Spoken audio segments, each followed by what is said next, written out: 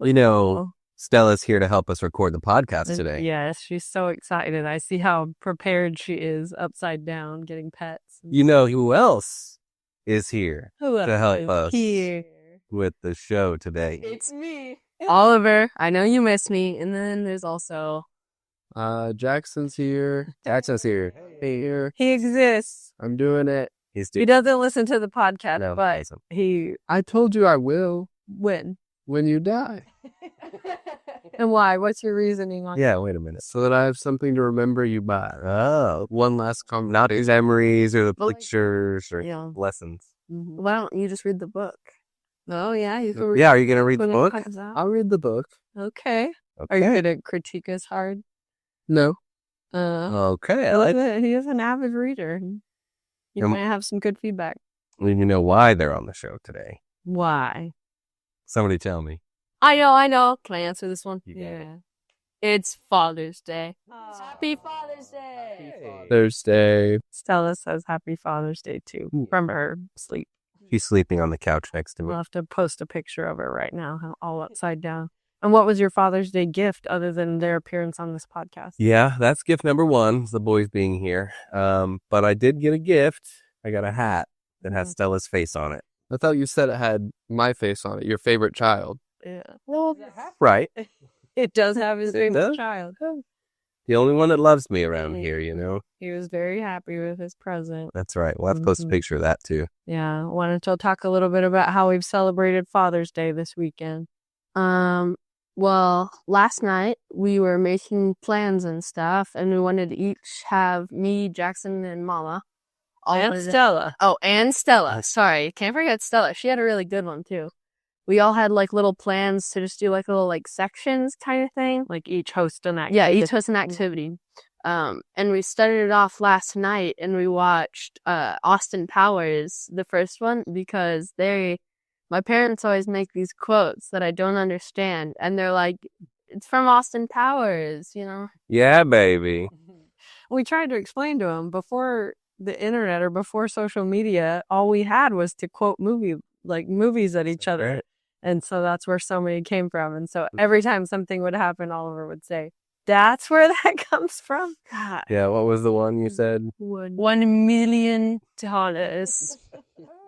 He's trying to get the accents down for... I think it started with, all I want are sharks with freaking laser beams attached to their heads. Never, ever gonna get it. And Ollie can't get it right. That's okay. He's very good at accents, but for some reason... The one that I can't write? He struggles with Dr. Evil. Yeah. Jackson saw it. He saw it on the plane though too, right? Yeah. Saw it on the plane. I was half asleep, but it was Oh, your trip to Europe last right. Yeah. Oh, man. On the way to London, There you go. just to You watch. know what London was like. Yeah, I watched the opening of Austin Powers. Yeah, that's a good glimpse Yep, of it's a good in fright. London. Yeah.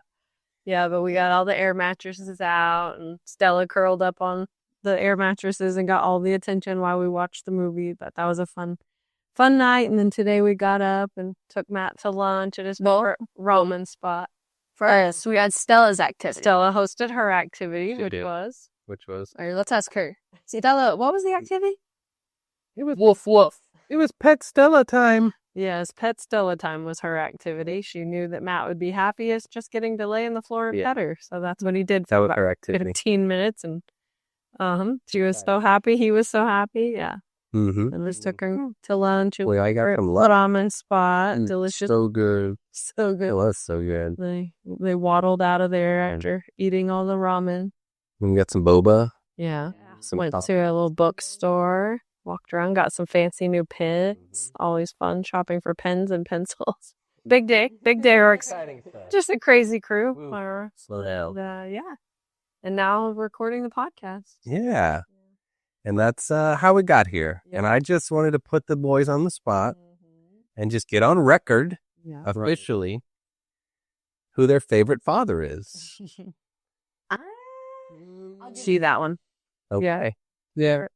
That's good. Good. I'm the year trophy. We did pepper them with questions at lunch. We're out as a family. We're big on giving people their flowers while they're here. We're not waiting for funerals to say all the nice things about people. So birthdays and Father's Day, Mother's Day, Christmas, whatever, we like to go around and say like what we're thankful for, great memories we have with that person and favorite things about them, what we admire about them. And so, Stella's snoring and having all kinds of situations here. Ew. But so that's something we asked the boys at lunch is like, what are some of your favorite memories with Daddy, or what do you love about it? How would you describe him? We said if That's you a were good one. dating someone new, or met a new friend and you were trying to explain your dad to them, what would you say? So That's pretty good. we got some good answers, but I'm gonna put you guys on the spot here and just say like, what's something you would say about your dad? It could be a favorite memory. It could be a way to describe him. It could be something you admire. Just anything you want to say about your dad. Here's your space. I'll start. He's humorous, but Oh no. sometimes it can go the wrong way, but it's still really funny. Is that no filter? Is that what you're trying to say? Yeah, pretty much. Inappropriate jokes. Is this an intervention? Yeah, right. Here today. This Feels like it all of a sudden. You and Stella are here. how to read the room. Yeah, we're gonna Mm-hmm. teach you. What would Jackson say? I'd say I really admire his flexibility and just being able to communicate with anyone, but meet people where they're at, and just care about the things that we care about, and listen to us. And I think Ollie said, during lunch, Yeah. he talked about how he's a different parent for me and for Oliver, and I think that's really admirable because it shows that he is not only paying attention to what we need and who we are, but he's changing and he's doing what's best for us. And I think that's a skill that not a lot of people have, and I really admire it and appreciate it. That's very nice. Oh, Now, when you listen to this podcast someday, you'll get to hear yourself say nice things. Hi, future Jackson. How Yep. you do it? when we're dead, he can listen to that. Sorry they're dead. You'll be okay. Yeah, that's very That's fun. very nice. Well, let's just end the podcast. I know. That's all I really want. What more do you need? Or more is there? Sweet, I know. Yeah, That's really about it. appreciate you guys coming on. Yeah, like They- how it has to, they guys. Celebrating the Father's Day. We always like to celebrate. Matt's a great dad and very involved. Always loves to learn their new hobbies and interests and, play the games they're playing. And Even if it includes one-upping us. Yeah. Well, I can't let you win. You know what I'm saying? making bad choices with them and being a pushover when they're like, can we get donuts? Can we go to 7-Eleven? That doesn't sound like me. Yeah. All the fun adventures. But yeah, he's a great dad, which makes him a perfect leading guy for writing a romance novel. He does all the things, big and small. There's nothing he wouldn't do for us and for you guys. Because really, our dad's a good husband. That's true. And dog dad. His favorite job. Yeah. Thanks, guys. Really? Anything else you want to add? Yeah. Happy Father's Day. I couldn't have Father's put a better Day. father because I couldn't. But still. But still. Well, I can't wait to tag all your friends in this podcast so they get to hear you be on the show. That's great. So exciting. All right. Thank you guys. We'll transition into our opening theme, our wedding theme song that we use as our podcast theme. Here it is.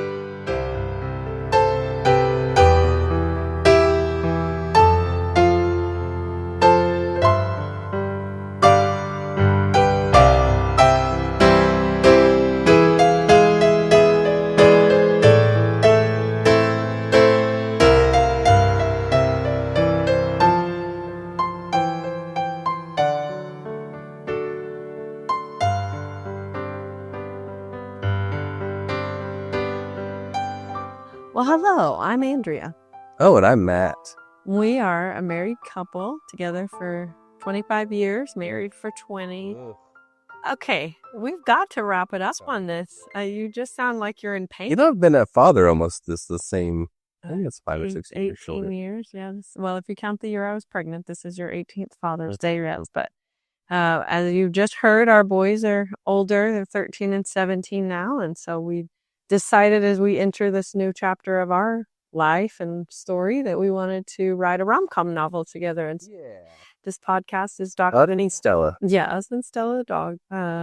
Just documenting that process of writing this book, and so appreciative of everyone who listens and gives us feedback and input and just responses to our developments as they come along. So thank you for being here with us today. We are excited to talk a little bit about the book we just finished reading. Yeah, we got a lot on the agenda. New book we started. We got old book, new book, author spotlight, and then a little touch about our book, because we have been talking about it a lot. We've had a little more time. Yeah, big stuff is happening. And behind the scenes, behind the podcast scene. Yes. Is that something? Is that a thing? Yeah. So we've got a little bit to talk about today, but I did want to start with the book we just finished, and I promise y'all it'll be the last time we talk about this, because I know I've raved about it the last couple podcasts, but our Annabelle Monaghan book, Nora Goes Off Script. That's right. And I love it too. I've had so many people. I probably had, I don't know, 3 or 4 people over the last week send me pictures or like messages or videos of being places where they see books or articles online of authors we've talked about or books that we've talked about or read. And that makes me so happy that just like that awareness is growing of what's out there. And just, it's nice to be able to be in a bookstore and you see different books and to kind of have an idea of, oh, that one's about blah, blah, blah. Or, oh, I've read that author and I really like that. It's fun, and I loved everybody reaching out and sending the books that they read. But yeah, we were excited to finish Nora Goes Off Script. I know, it makes me, it's intimidating thinking we write a book, and I'm not expecting to be as good as the authors we're talking about. This is our first book. Right. We're going to do our best, and I'm excited about it. It's going to be great. To start, we're doing it. But, this one really resonated with me, both the words and the story and the way it was told and the crispness of it. Yeah, still love that. Really enjoyed it. Really enjoyed that. Yeah, I know. What did you like? Like, we can't have spoilers, but like, did the ending, I liked Nora and how her personality was truly the thing that kind of threw a monkey wrench in it, right? She's a very strong person that has kind of taken over her own life and relies on herself a lot to the point of not even wanting to ask, why not me? And there was a point in the book. Yeah, I feel like that came about because of necessity. Yeah, absolutely. Yeah, it's a learned behavior and something that she's leaned into as a strong, independent woman. But I think it kind of led her astray a little bit in the end because she didn't get to pull the trigger and ask this question she should have asked. And, it kind of kept her from the thing she wanted. Yeah, I get that. And like we said, we don't want to give spoilers because it was really good. And it kind of, not in a murder mystery way, but it kept us guessing until the end of like what is going to be the thing. Yep. I mean, it followed not a formula. Annabelle said she doesn't really write based on a formula, but it did have, like third act breakup kind of stuff. I mean, there was an element. A little bit of that, yeah. Yeah, there was an element of that. And so we were kind of guessing, what's going to be, it's a rom-com, there's going to be a happy ending, which is half the reason I love these so much. But we just kept guessing, like, what is going to bring them back together? Like, it seems so bad. And so that was kind of fun. And one thing I really liked about it was at the end in the, after her author acknowledgments, there was an interview done with her, kind of a Q&A session. And so it was kind of talking about like the love story between the 2 main characters, Nora and Leo, and just like how it's really relatable and like transformative. And it was just saying like, what aspects of their dynamic did you feel were important to highlight and like what's special about the relationship? And what I liked is that she described like, in a sense, their opposites. Leo's life, he's this sexy, like literally sexiest man alive from People magazine, huge movie star. But his life is like fast-paced, glitzy, and all about him, she says. But Nora's is like slow and routine and all about her kids. And so she talks more about like motherhood and how important that was for her, for Nora, being a mother. And so she's talking about how we often fall in love because we see something that we want in another person. And so that's what she feels like happened in this story. And she talks about how she feels like they're both made better by the relationship. Leo's grounded by the simpler pleasures of being, kind of in this more rural area with her and like the slower pace of life. But she's kind of coming to see herself as worthy of the limelight and, and allowing herself to enjoy being celebrated and being the center of being the center of attention. She had spent so much time budgeting to the penny and always picking the cost saver brand of everything. And so she was learning like sometimes it's okay to buy the nicer sheets or drink the nicer wine and things like that. And then that was kind of I don't know, I guess an example of her and herself, like Yeah. not always allowing herself to have those things and knowing that, hey, sometimes it's okay to, you're You're worthy. you're worthy of these things. Yeah.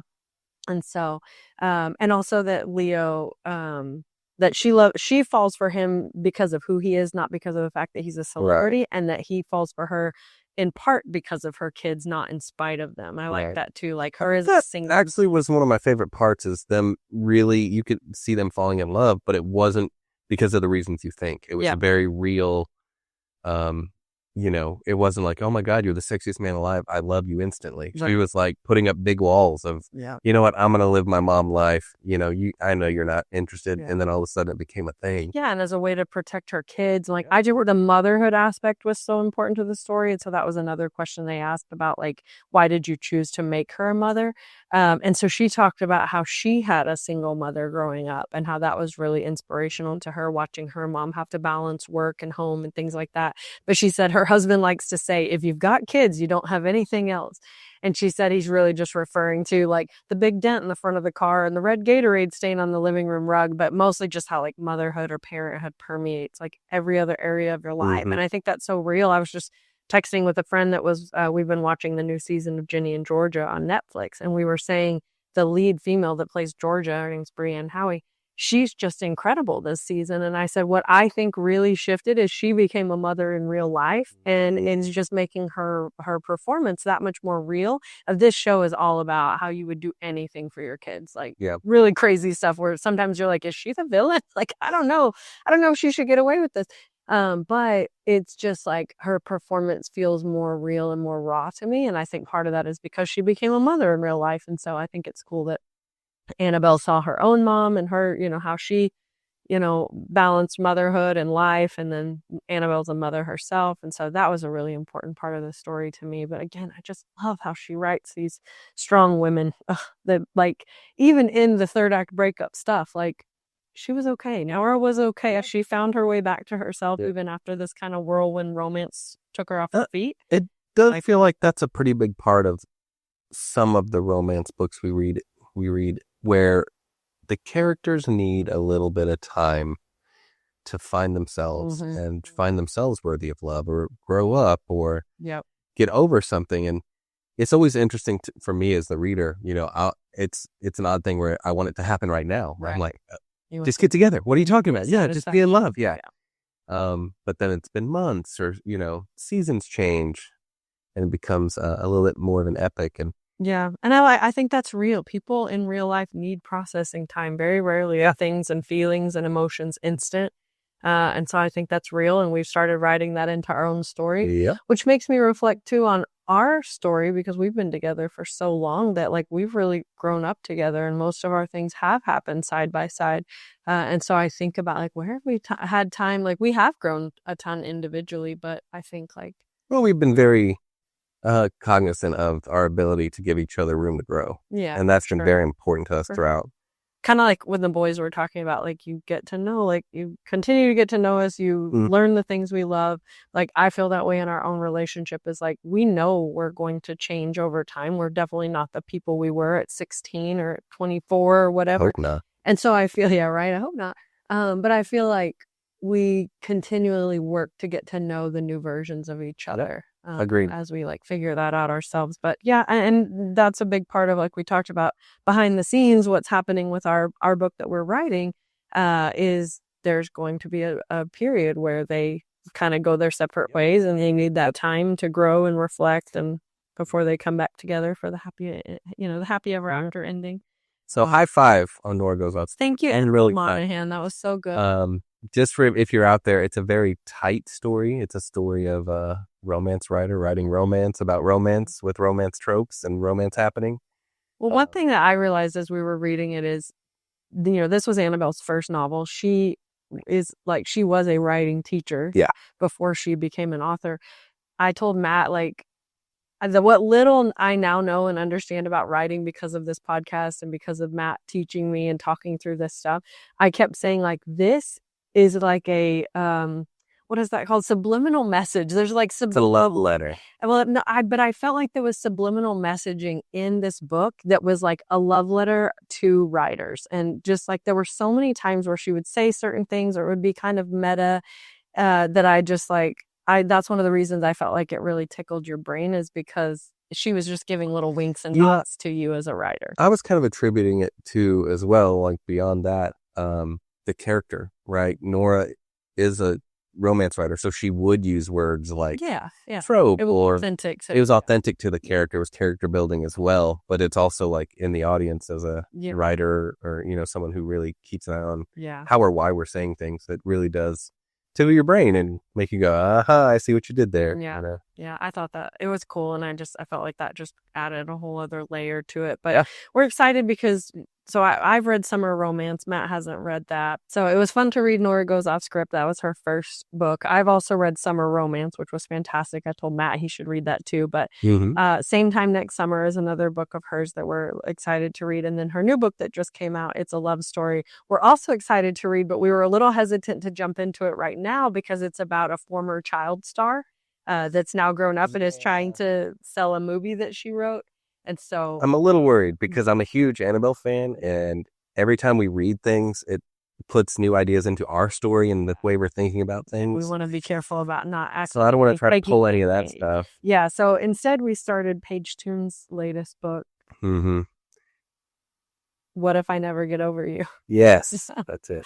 And so that's fun, and it's our first book of hers to read. It's interesting to read a foreign author, you know, and then also just all the locations she's talking about. She's also really big on listed a lot of them. Yeah, and so it's kind of fun. It's like the two lead characters meet while they're traveling solo around Europe, like what they keep calling interrailing, where they are traveling through different countries on the railway system, and that's how they meet up. And so we just started that, but that's a fun one, and it's fun because as we're reading, we're like looking up these places that she's describing. And when we met her, she said she travels a lot because her dad was an F1 driver and things like that. And so there's a lot of, it's kind of funny just to, because you read it to me for the most part, and you share time like that, and just talking about all the different places and looking it up and the different pronunciations. I will say, I saved this criticism for you for the podcast. I'm sorry, but I think you have to read it with an accent.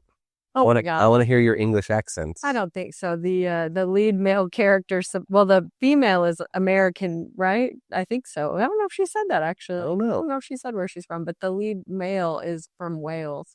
And so I'm not going to. Okay, I'm going to count you down from 5, and you can give me your accent. 5, 4, 3, 2, and 1, go. We've covered this. You do the accents on this show. I do not. I was struggling enough just saying the names of these places and hotels. And you could just give me like a Cockney of some kind. Yeah. Honestly, I don't know. Yeah. Oh, you have such beautiful eyes. Meet me at the tavern, and we'll have a pint. Oh. Like that's the kind of romance energy I need. I was gonna say, does that make you fall asleep? Are you swooning? I'm not swooning so much over here. Okay. But yeah, maybe I guess if I have a few drinks in me or something, I'll listen. Very to one American bottle water kind of. She did say when we met her that she really liked the voice actor who did. So maybe we need to listen to the audio book of this instead of having me read it. But that's fun. We just started that one, so we're excited about that. But to spotlight our new author, author of the week, who's that? Do you have a jingle? Are you going to introduce her with a jingle? Yeah. Okay. Here we go. Ready? At first, I was afraid. I was petrified, thinking I could never live without an author of the week. And then I spent so many nights, Lucy Score, thinking how you did me wrong, Lucy Score. And now we're talking about the author of the week. Oh, yeah, I'm back from outer space.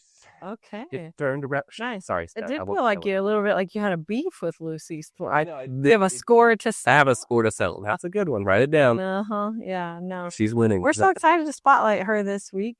She has been reading romance novels, apparently stealing them. So at 13, she stole her first romance novel. Love it. But she went to journalism school and just grew up in a book-loving family, which I love. She was in Pennsylvania and just talked about like quiet evenings where everybody would just sit and read at dinner and things. But she's worked in journalism and marketing, and she self-published in 2015 a book called Undercover Love that only sold 35 copies, but miraculously it caught attention that like a small press picked it up. She hit #1 on Amazon within a few weeks. I thought that was really cool. But then you're really going to love this. In 2017, she launched a publishing company with her husband and her brother. And the company is called That's What She Said Publishing. Nice.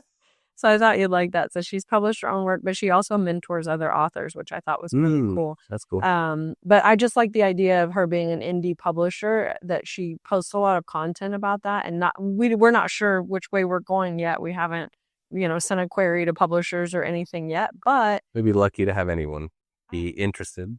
Have a little more. All right, that's a defeatist attitude. I'm sorry. We should manifest. You're right. We should manifest. I'm sorry. But if we go the indie publishing route, it's cool to see that there's people like Lucy Score who that's a personal passion of hers, is like mentoring authors and helping people with indie publishing. So that's cool that she's mentoring them, and she's authored over 30 rom-coms now. The book that I've read of hers was Things We Never Got Over, which is the first in a series, which I really loved. It was like fun and lighthearted, but then there was a real depth of like the character journey. It's one of those where she shows up as a bride who's run out on her wedding day and showed up in this town looking for her sister. And it's just, kind of misunderstandings and,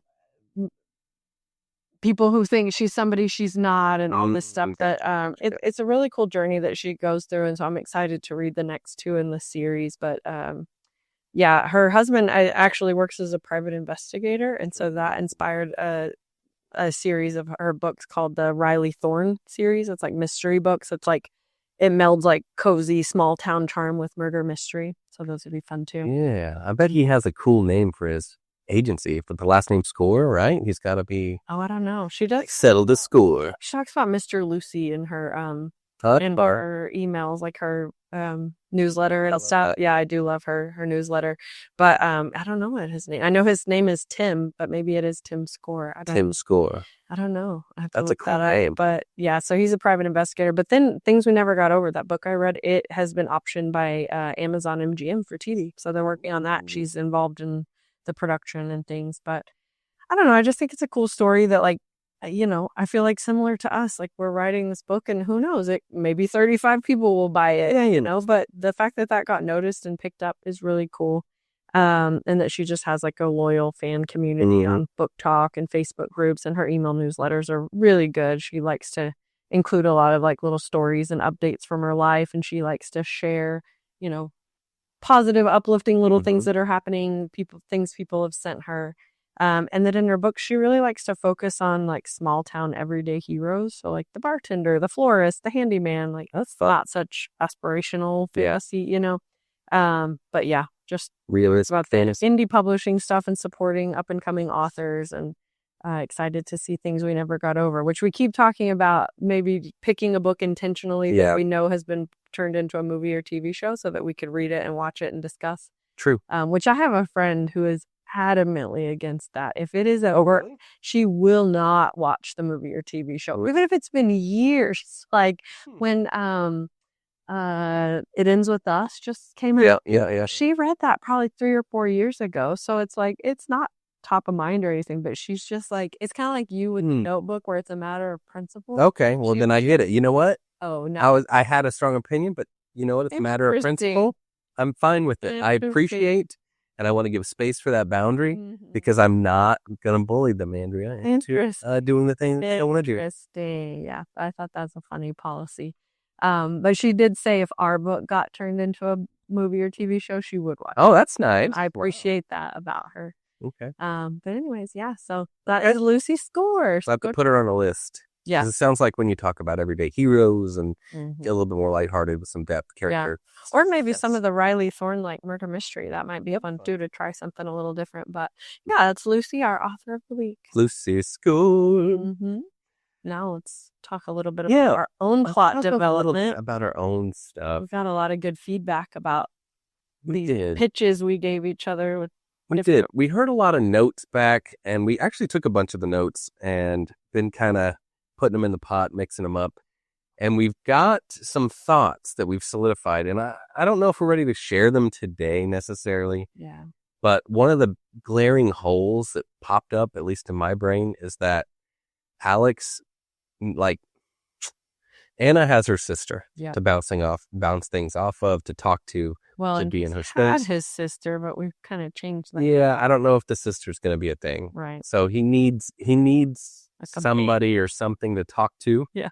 The original thought was a sister, and then we started talking a little bit about is there like a helper sous chef that goes with him? We also helps talked cook, about like a niece and or nephew. or that he's nephew close that with. he's close to. But I don't know where this came from. you know, as I sit here next to Stella upside down in my lap, basically, you know, I don't want to steal Abby's bit because she has dogs. Yeah, it's a rom-com thing.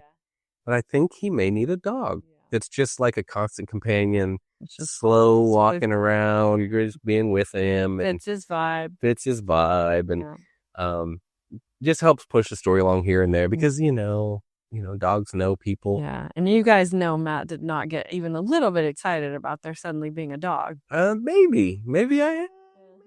Maybe I wrote the whole story around. Yeah, I the was dog gonna now. say that's one really cool thing we get to share with you guys is we have like a chapter layout that's probably about 80% complete. Yeah. So we're really excited. We told you we're getting close to doing our writers retreat and finally putting some words on paper or words on screen.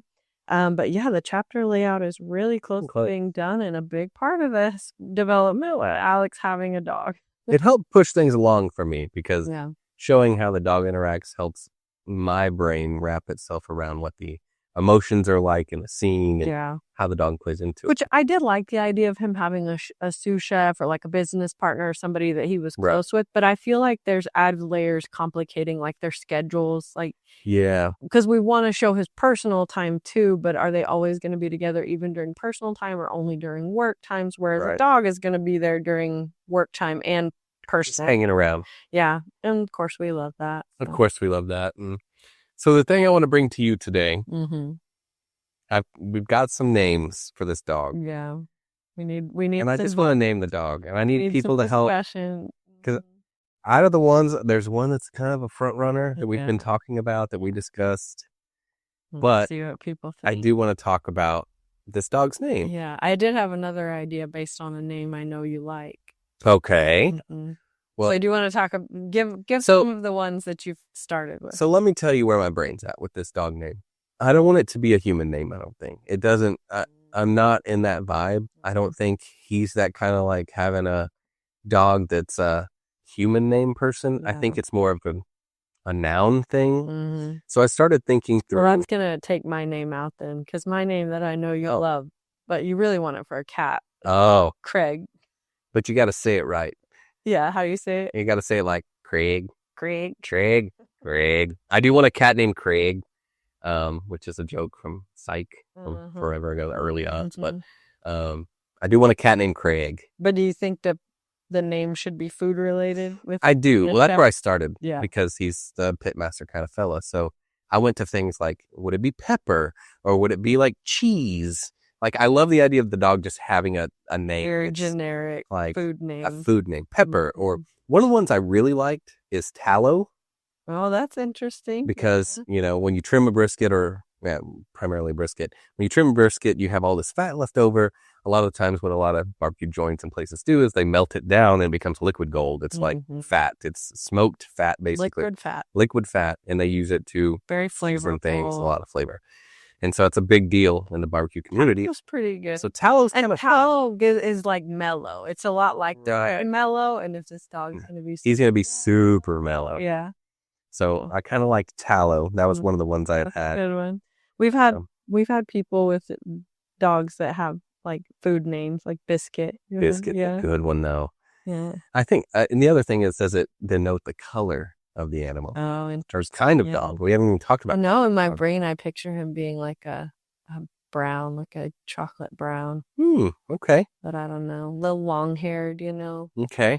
I could see that. Not a Newfoundland, but like something like that. Something a little like longer hair. Okay. But not something that would need a ton of grooming. Right.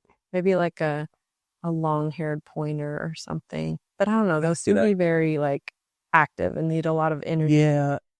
The dog's got to be a little older. Yes, Like the more dog is settled, definitely at least 7 at super minimum. chill. Yeah. In my head, it's the vibe. I don't want this kind of dog, but like a blue heeler kind of vibe that would be just like around and laying and super smart. But I kind of like that cattle dog kind of different multicolor kind of thing. Or a dog that looks like Stella. Oh my Just goodness. Okay. Long-haired, perfect. Perfect? I don't know. She kind of looks like a mutt. She looks That like she that is. today. You know, we did a DNA test on her because we got her at the shelter when we got her as a puppy. And a few years ago, we did one of those DNA tests, and it came back with 14 different breeds, which was kind of funny because most of the breeds were breeds we love, like It's true. boxers and retrievers and labs and just a lot of dogs that we love those breeds. So the fact that she's all of those things, even a little husky, which Ollie loved. Oh my goodness. But the most percentage was 30% miniature schnauzer, which is funny because she looks nothing like No, that I to don't me. think so. But yeah, she is a true mutt with 14 She's a real different mutt. breeds. And she has Yeah. a cousin in Tokyo or where She does. It tells you family members that they have. She's got like a cousin in Washington and a cousin in Tokyo. Yeah. What other names pop out to you? I don't know. Naming the dog. What about Brisket? Brisket's pretty good. So 2 on the nose. I like Tallow was pretty good. I do like that. It makes me think like there's the lean and then there's the point. There's the tomahawk of the brisket. Call him Tomahawk. His name Tom. part Tom. Yeah, that's pretty good. But then that's a human That's name. human name. Tommy. Yeah. I like the Pumpernickel. Yeah. It's a lot to say. You Pumpernickel. probably have a Pumpernickel. Sugar. Sugar. yeah. I don't know. Probably have a nickname if his name was Pumpernickel. That's a mouthful. I just had this thought. What if the dog's name is Sauce? Sauce. A souse. Sauce. Sauce. That's very good. Sauce. Let's go. I don't know. When I said biscuit, I thought biscuit and gravy. Biscuit and It gravy. goes back to the Yeah, and that, you're hitting on one of my favorites. I'm just going to go ahead and say it. little gravy. Gravy. I love the name Gravy. And gravy. So just And Gravy's southern. chill and chill, southern and slow. just slow country gravy, It's like gravy. Oh, molasses. Molasses. Maybe Oh, too. boy. Yeah. Me too. Like, what is that? The Office? The Office. Andy's trying to teach him Try to do more of a Savannah accent. It's like molasses falling out of your mouth. It just rolls off. your Yeah. tongue. Yeah. Um, Maybe his name is Molasses. Molasses. Let's call him Mo. That's pretty good. Mo. All right. So we're between gravy. We would Gravy. love gravy. Molasses. Molasses. Is pretty good. Yeah. Tallow. Tallow. Are there any other front runners? Maybe Maybe we'll put up a poll that's not a bad idea. on Instagram and see what the favorite is and have an option for a write-in to see. Right in. Yeah. Yeah. Well, I also want to figure out what kind of dog because I think it's like a small, medium-sized dog, easy to Yeah, I go. think he's probably around 40 or 50 pounds in Yeah. my brain. He's got to be a big enough size that like he's not going to get stepped on in the kitchen. Yeah, for sure. Paul and Alex around, which is like, we're going to have to be careful with that too. Cause like dogs in kitchens, like it's going to have to be a real laid back situation with this like food. If it's a food truck or a pop-up Yeah. or And I it's think not the like dog a is. formal restaurant. No. Yeah. Right now, he's kind of cooking on tour. There she is. Stella. Kind of cooking on tour, so it'd be more of a makeshift kitchen, every city kind of thing. Yeah. But I also, that's part of the dog being older and more responsible and more like it just kind of late. It knows to be around, but not to be in Yeah. the way. Super well trained. Yeah. Knows the routine. Just knows the routine of being near. Yes. So let us know what you think. Yes. This new development, new character alert. New character alert. We love a dog. And so So then we can change Grandma Stella to something else since we got an actual Okay, dog. Dear Lord. I We think. could still sneak it in there somewhere, like Yeah. or maybe the restaurant, his little food truck is called Stella's. Okay. Now I'm interested. Stella's Southern Vegan Barbecue. Yeah. That's pretty much. I don't know what if it's that gonna I don't know if that goes together though. We gotta figure that out. But Yep. yeah, let us know what you think. We'll put a post up a poll be. A poll. between A dog named Pole. gravy, molasses, tallow, or Tallow. write-in. Biscuit. Noodle. Tater. Tater's pretty good, but it's a little I too need sad. to decide where Alex is from in the South, because I know we said his family is Hispanic, but he's probably second generation American or maybe first gen American. Yeah. I've been thinking about that a lot, yeah, 'cause especially with reading our new book. yeah, Clearly, it's set in Europe. It's Yeah. just been there, and it's Yep. very European. places, Even the Annabelle stuff feels very Northeast to me. maybe Alex is from Texas. Maybe he is, because it's like we're gonna write what we know. You Yep. know, some sort of Southwest South. Yeah, then maybe it is not molasses. Maybe it is tallow or brisket or gravy. Because I feel like molasses isn't as Texan. No, I agreed. Yeah, that's more of a. I do like it though, molasses. If his name Wow. Mo. Hello. I don't know. We got to figure it out, but Yeah. So that's him. That's our update. Development is we have a dog and And we got a pretty good outline going. little chapter outline. It's coming together, and Oliver leaves next Saturday for his big trip where he's basically going to be gone for 2 weeks. So that will be our writing That'll be our time. big time. Big stuff should happen then. But thanks for joining us today. Happy Father's Day to all the fathers and father figures out there, and all the people who just show up for the kids and the humans in your lives that need it. You're very important, and your work is very valued. And enjoyed having our own boys on to celebrate you and talk about their love for you. I know it is often a thankless job, but we are also grateful for you. You're a great dad, great partner.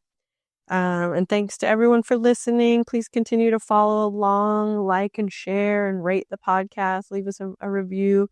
And just, share with your friends. Tell people what's coming along. And if you have any publisher hookups, let us know. Do you know Lucy's Score? And that's what she said, publishing. But please go check out Lucy's Score. Check out Nora Goes Off Script and What If I Never Get Over You by Paige Toon. Yep. All the good things. Read along with us. You can follow us on Instagram at Our Next Chapter Podcast, or send us an email at ournextchapterpod@gmail.com. Check us out on our website, ournextchapter.com, where you can join our non-existent newsletter and get your name in our book when we publish in our acknowledgement section, our OG fans. So thank you for joining. Until next time, I love you. I love you. Stella just left and I already miss her. Oh my goodness. She barely walked away. It's been like 7 Fine. seconds. Do you think she got upset because we kept talking about that? She thought we were going to get another dog that we were like naming. And she's just like, I don't want any part of this. Definitely.